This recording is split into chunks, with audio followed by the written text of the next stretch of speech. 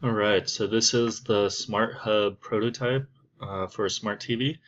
And here we have a title section up here. It'll usually greet the user.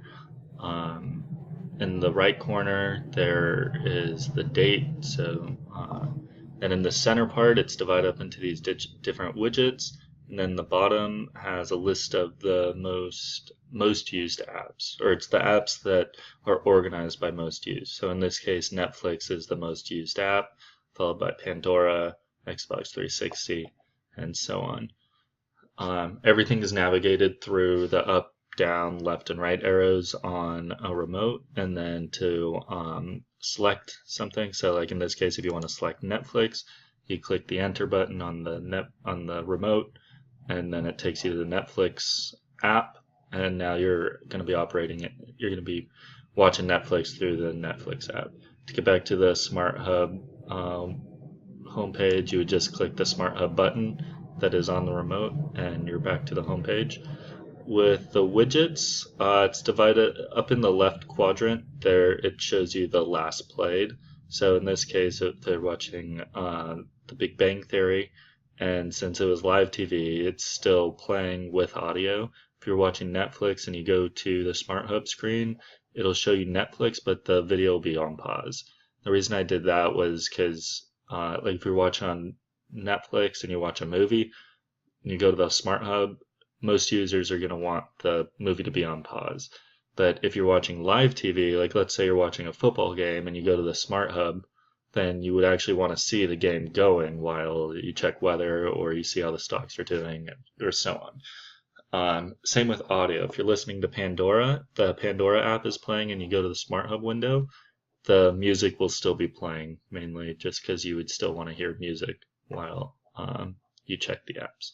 So these apps, they're all either developed by the Smart Hub developer team or outside developers, sort of like the apps with smartphones. So like Apple, they develop some of their apps. They also have outside developers. So that's how these widgets would be developed. And they're all updated live. So like the stock ticker would be scrolling with live prices. News would have the livest feed, and the map app would be updated with most recent accidents or traffic alerts. Then you can also click on the different apps. So in this case, if you click on the weather app, it gives you a more detailed version of the weather. To get out of the app, you would just click the return button that's on the remote, and you're back at the home screen. Another nice feature about the Smart Hub is that you can add and change users. So in this case, if you're not Christian, you would click the A button that's on the remote, and it would take you to this screen where Irene can click on her user profile, or they can add a new user. If you add a new user, then you enter the name and the email address, and then then you get sent a link to set up your homepage. So you can customize the color up here, and then you can customize all the apps, or all the widgets.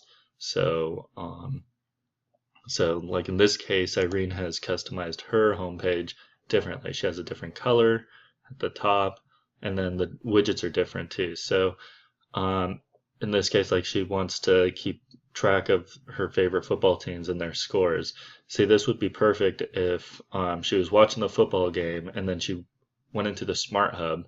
She would see all the scores from the other games she's invested in, and she would also be able to see what is going on live too. So that's why I made live TV continuously play even if you're in the Smart Hub. There's also different widgets, like maybe there's a Groupon widget, so you can see the different deals that are around you. So maybe they'll want to go out to dinner, and then they'll say, "Oh, half off at the Village Kebab," and then they can click here, get the deal, and then go out to dinner. There's another widget for to-do list. And let's say the last thing that was viewed here was HBO Go, so you can see it's on pause. If you enter this, then it becomes full screen, and then to get back to the home page, you just click the Smart Hub button. Then you're back to the home screen. So let's go back to Christian's profile. This was the main profile that I tried to develop everything with. And I tried a few different designs, but this one was the best design that came out of like the user, the persona discussions, and um, the, yeah.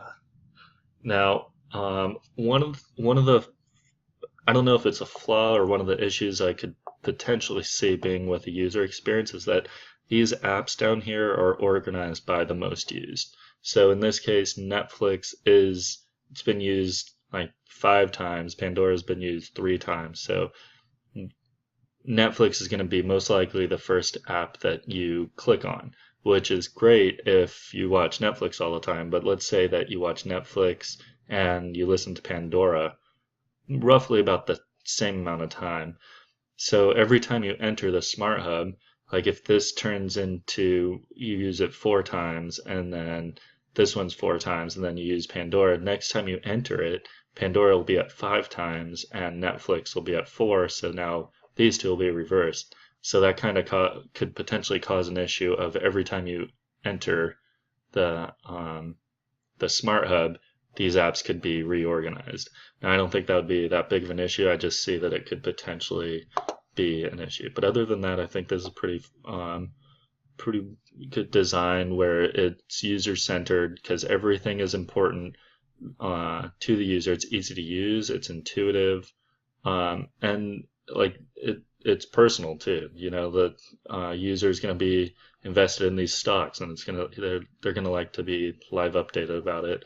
Or even having a map here showing, you know, you might have to leave a little bit early today to get to work because there was an accident that most likely you're not going to know about till you check a different, like you check your phone or you watch TV or something. But it'd be nice if this was just here automatically.